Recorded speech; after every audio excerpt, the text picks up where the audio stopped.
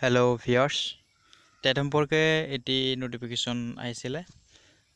যে আমাৰ অসম চৰকাৰে যি জেনেৰেল টেট পটাৰ কাৰণে যোজা চলাই আছে অৰ্থাৎ ৰেগুলাৰ পোষ্ট 2020 চনৰ জানুৱাৰী মাহত 9000 ৰেগুলাৰ পোষ্ট তেওঁলোকে ফিল আপ কৰিম বুলি কৈছে শিক্ষামন্ত্ৰী সিদ্ধাৰ্থ ভট্টাচাৰ্য কৈছে আৰু ইয়াৰ উদ্দেশ্যে যি জেনেৰেল টেট পটাৰ কথা তেওঁলোকে উল্লেখ কৰিছে অক্টোবৰ মাহত সেইটো এতিয়া আইনী মেৰ পাছত সোমাই পৰিছে কেনেকৈ জানিবৰ বাবে ভিডিঅ'টো আপুনি সেইটো শেষলৈকে চাব এখন আপোনালোকে দেখিছে এখন আজিৰ প্ৰতিদিন নিউজ পেপাৰ সো তাত হেডলাইনত দেখুৱাইছে যি টেট পটাৰ কথা উল্লেখ কৰি আছে 2012 চনত যিসকল ঠিকাভিত্তিক টেট শিক্ষক হিচাপে নিযুক্তি পাইছে তেওঁলোকে 7 বছৰ হৈ গ'ল কিন্তু এতিয়ালৈকে তেওঁলোকক নিয়মীয়াকৰণ কৰা নাই সো সেইসকল টিচাৰে নিয়মীয়াকৰণ নকৰাকৈ নতুনকৈ আৰু টেট পাতি নিয়মীয়াকৰণ 9000 শিক্ষক যি নিযুক্তি প্ৰক্ৰিয়া আৰম্ভ কৰিছে এই ক্ষেত্ৰত 155 জন টেট শিক্ষকে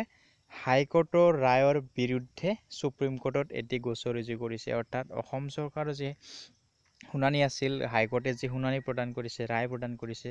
যে নতুনকৈ অসম চৰকাৰে টেট পাতিব পাৰিব যি ৰায় দিছিল সেই ৰায়ক কিছুমান শিক্ষকে সুপ্ৰিম কোৰ্টক প্ৰত্যাহ্বান জনাই এটি গোচৰ ৰুজু কৰিছে আৰু সবিশেষ ইয়াত নিউজটো প্ৰকাশ পাইছে গুৱাহাটী উচ্চ ন্যায়ালয়ে এক গোচৰ সংক্ৰান্তত সাধাৰণ টেট অনুষ্ঠিত কৰিবলৈ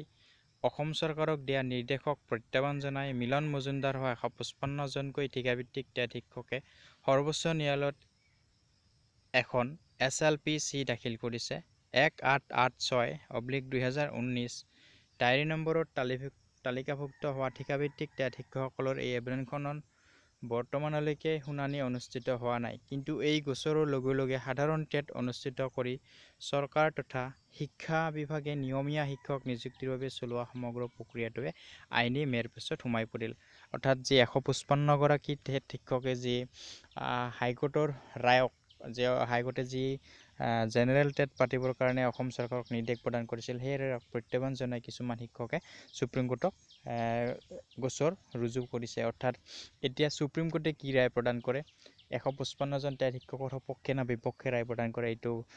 পিছত নিশ্চয়কৈ দেখা যাব কিন্তু এতিয়া যি অক্টোবৰ মাহত টেট হ'বলৈ গৈ আছিল কিন্তু এতিয়া এই টেট অনুষ্ঠিত হ'ব নহয় এই সমগ্ৰ প্ৰক্ৰিয়াটো কিন্তু এতিয়া সন্দেহৰ আওতালৈ আহি পৰিছে সো সবিশেষ জানিবৰ বাবে আপোনালোকে চাই থাকক সো এইখিনি আছিল টেট সম্পৰ্কে নোটিফিকেশনটো আপোনালোকক জনাইছো আপোনালোকে ভিডিঅ'টো যদি ভাল পাইছে তেতিয়া লাইক কৰিব আৰু ভিডিঅ'টো চোৱাৰ বাবে অশেষ ধন্যবাদ